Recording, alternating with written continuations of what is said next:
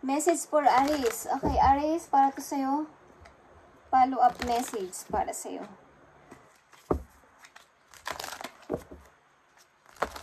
Okay, tingnan natin ang mga message for you. And good news about din sa inyong opportunity, kaperahan, or sa inyong situation. At hingi tayo ng advice sa inyong guidance. Okay, Aries, para to sa'yo, Aries. Message for Aries. Ibigay mo ang tamang message para sa mga Aries. Okay. Tingnan natin yan, guys. And ground yourself. Aries, ground yourself. And titingnan natin ang inyong maaring situation sa inyong kasalukuyan, Aries. Situation ng mga Aries sa kanilang kasalukuyan at bigyan mo sila ng kaukulang advice kung ano man itong kanilang situation sa kanilang kasalukuyan.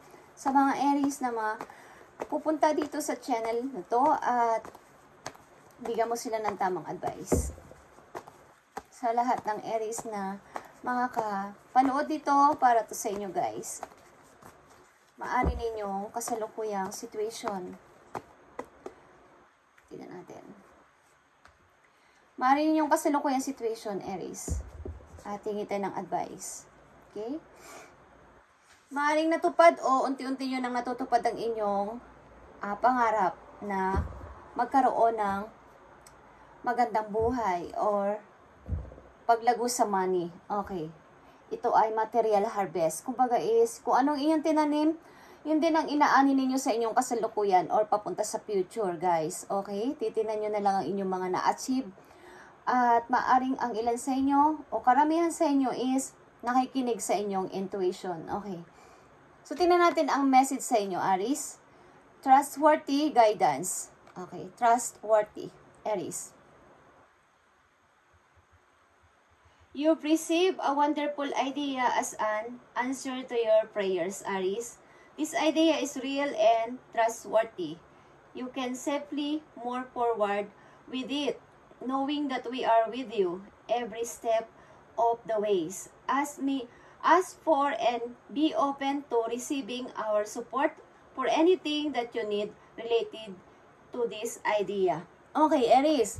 Kung kayo may mga naiisip na idea or any na project, plano sa inyong kasalukuyang situation is talagang humingi kayo ng tulong sa inyong guidance doon sa heaven. Okay? At bibigyan kayo ng guide. Nakita nyo to? Iga-guide kayo ng inyong mga angels na yan gawin mo, Aries. Okay? At nandito rin ang intuition. Katulad ng sinabi ko, ito ay pagmumula ng inyong paglago sa money, guys. Promise. Makinig kayo sa inyong intuition. Binibigyan kayo ng unlimited ideas ng heaven, guys. At nakita nyo ba itong plan, patience and plan? Meron kayong plano, guys. Meron kayong planong gawing isang project o maaring negosyo or something. Okay? Maaring kayo ay nagsusulat or nagpipinta, pintor or what? Artistic ba kayo? Or meron kayong ini-start na bagong parang naisipan nyo na gawin is mag-trust kayo sa inyong guidance at bibigyan kayo ng guide mula sa heaven na kayo ay ito yung gawin mo, Aries, ito yung unang step mo, ito yung gawin mo. Okay? Makinig kayo sa inyong inner voice, guys. Maaring ito ay mararamdaman ninyo, okay? Kung kayo ay palagi nagpipray at nandun talaga kay Lord ang inyong focus, na siya yung manguna sa inyong mga plano, is bibigyan kayo ng guide, guys. Nasa tabi nila kayo para kayo ay i-guide para sa inyong tagumpay sa buhay or sa kaperahan. Marireceive nyo ang answer sa inyong mga prayers. Okay, Aries? Sa kasalukuyan ninyong situation, base chakra is here and harmony. Okay, sa kasalukuyan ninyong situation, kayo ay umuunlad o paunlad na sa money at pati sa relation ninyo bilang isang, hambawa kayo ay nasa relation ngayon is talagang nag-uumapaw ang inyong pagmamahalan sa isa't isa ng tao na inyong kasalukuyang love or kasintahan o asawa. Okay, Aries? Nag-uumapaw sa pagmamahalan. Talagang ito ay masaya kayo ditong dalawa. Okay? Masaya kayo ditong dalawa ng iyong kasintahan. Okay? Tingnan natin, Aries. Ang message pa dito sa base chakra and harmony. Okay, guys. Mukhang nag-uumapaw na ang inyong blessing. At paparating na yan. Kung hindi pa dumarating, paparating na, guys. Okay. So, ground yourself. About ito sa inyong idea.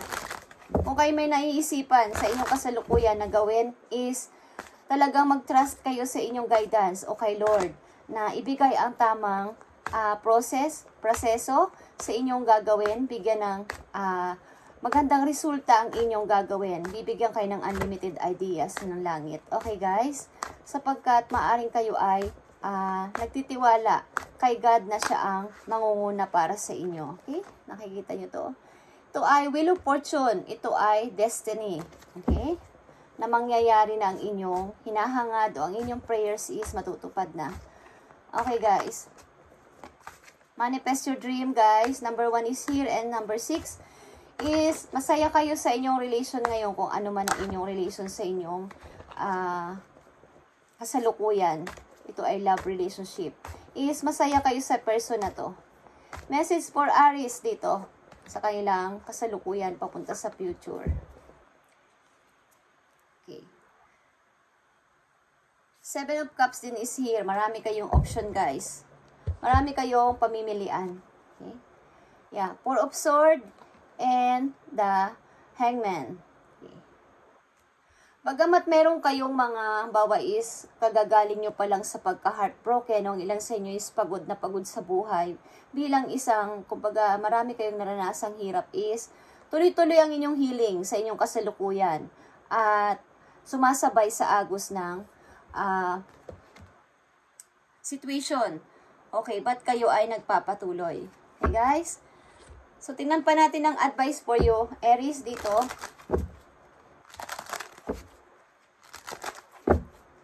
Makinig kayo sa inyong nararamdaman o sa inyong mga sarili, hindi sa ibang tao, guys. Maring iginaguide kayo ng inyong mga guidance na yan ang gawin mo, Aries. Sige, magpatuloy ka. Yan ang plano mo, yan ang gawin mo. Okay? So, binibigyan kayo ng kaalaman. Nandito ang High Priestess din. Okay? Intuition is nandito. Tingnan natin ang message for you, Aries, dito sa inyong situation. May mga offer, guys. Okay. At ito ay nandyan na o paparating na para sa inyo. Simula na ng inyong pag-unlad sa money.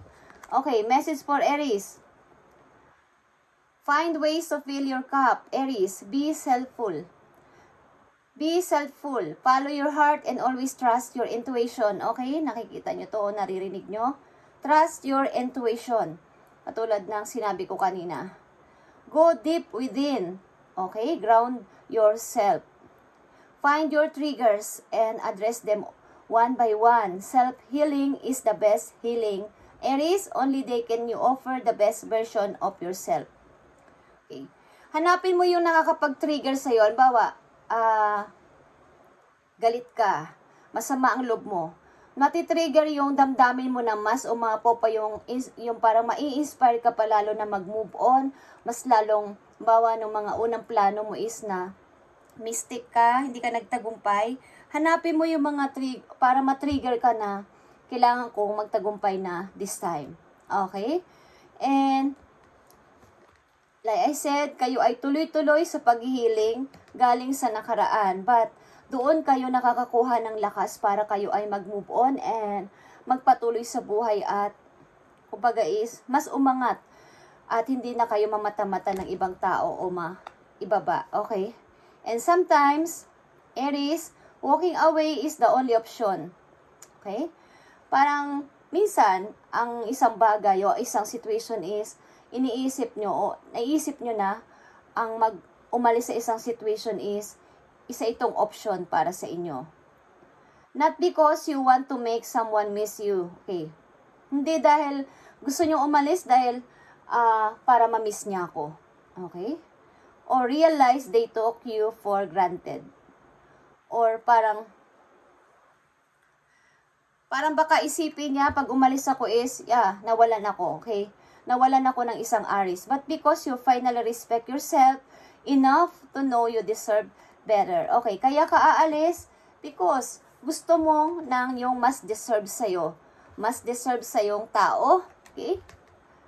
At ito yon. Kaya ka umalis sa situation, hindi para, aalis ako sa situation na to, sa relation na to, because para ma-miss mo ko, para malaman mo ang kahalagahan ko sa'yo. Because kaya ka aalis dahil alam mong hindi na okay yon. Kaya ka aalis sa situation, sa relation na yon, because kailangan mong irespeto ka ng isang tao dahil mas alam mo na mas may mahalaga pa o mas may deserve pa na tao na dapat magmahal sa'yo. Okay? Yan ang message for you. So, listen your intuition, guys. Find your triggers. Kung saan ka nasasaktan, iiyak mo yun. Pilitin mong, kumbaga, pag masama ang loob mo, ilabas mo. Okay? Huwag mong pigilan. Tuloy-tuloy sa paghihiling. Doon mo malalaman o mas doon ka mas parang makukumbinsi mo ang sarili mo na yan, kailangan kong magtagumpay dito. Kailangan kong hindi na mabigo this time.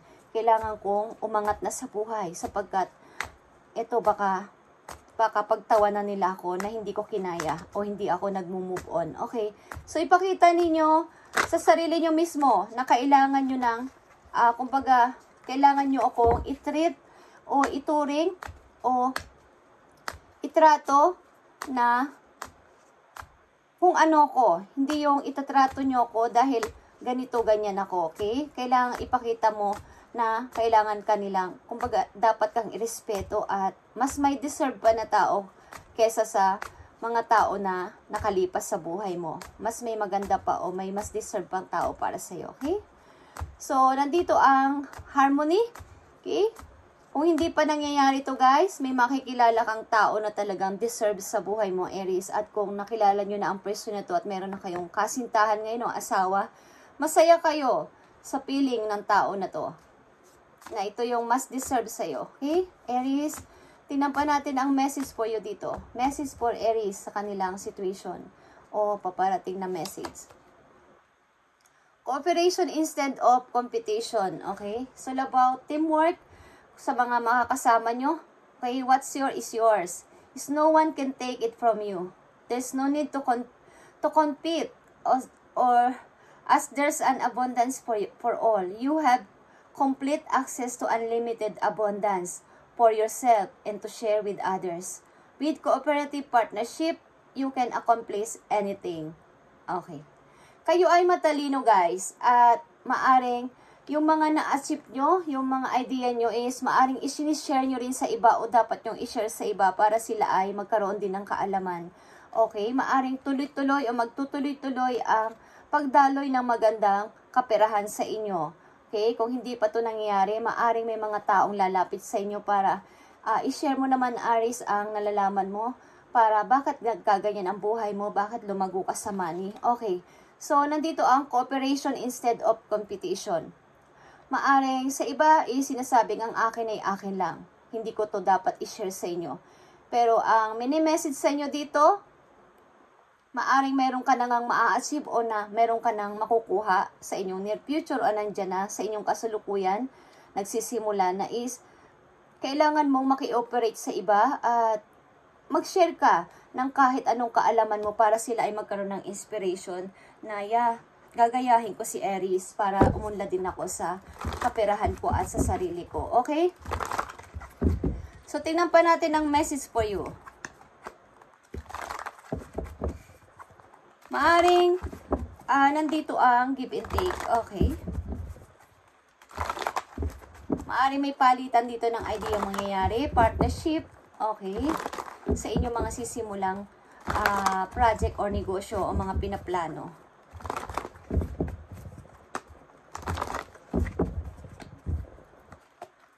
Pa natin ang message for Aries.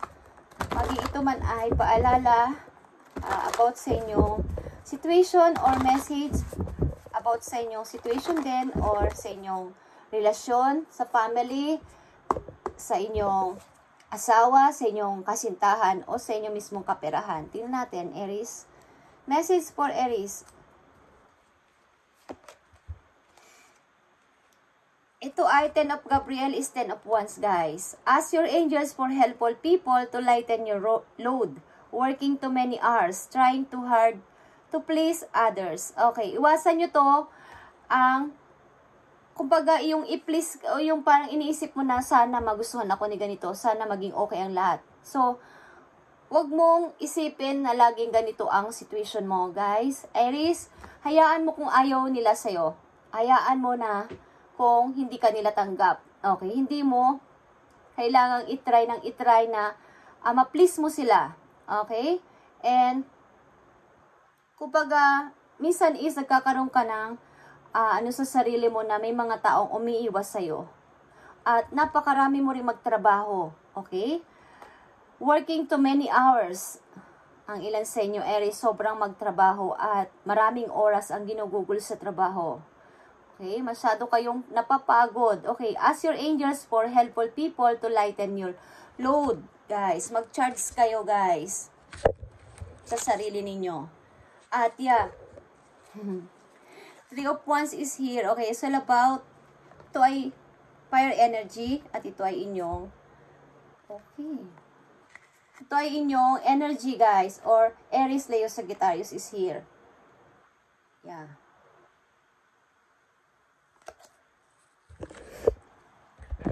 Hinihintay nyo ang pagdating ng isang, ito ay paparating na ang ship, okay, barko, o eroplano sa inyong buhay, okay?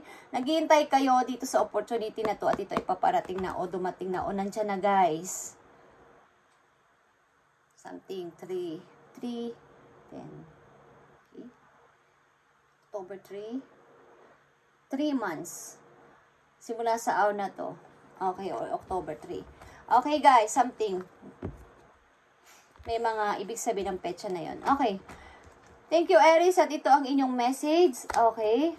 Tuloy-tuloy lang sa paghihiling at something na ang inyong, kumbaga yung inyong abundance is nag-unlock na.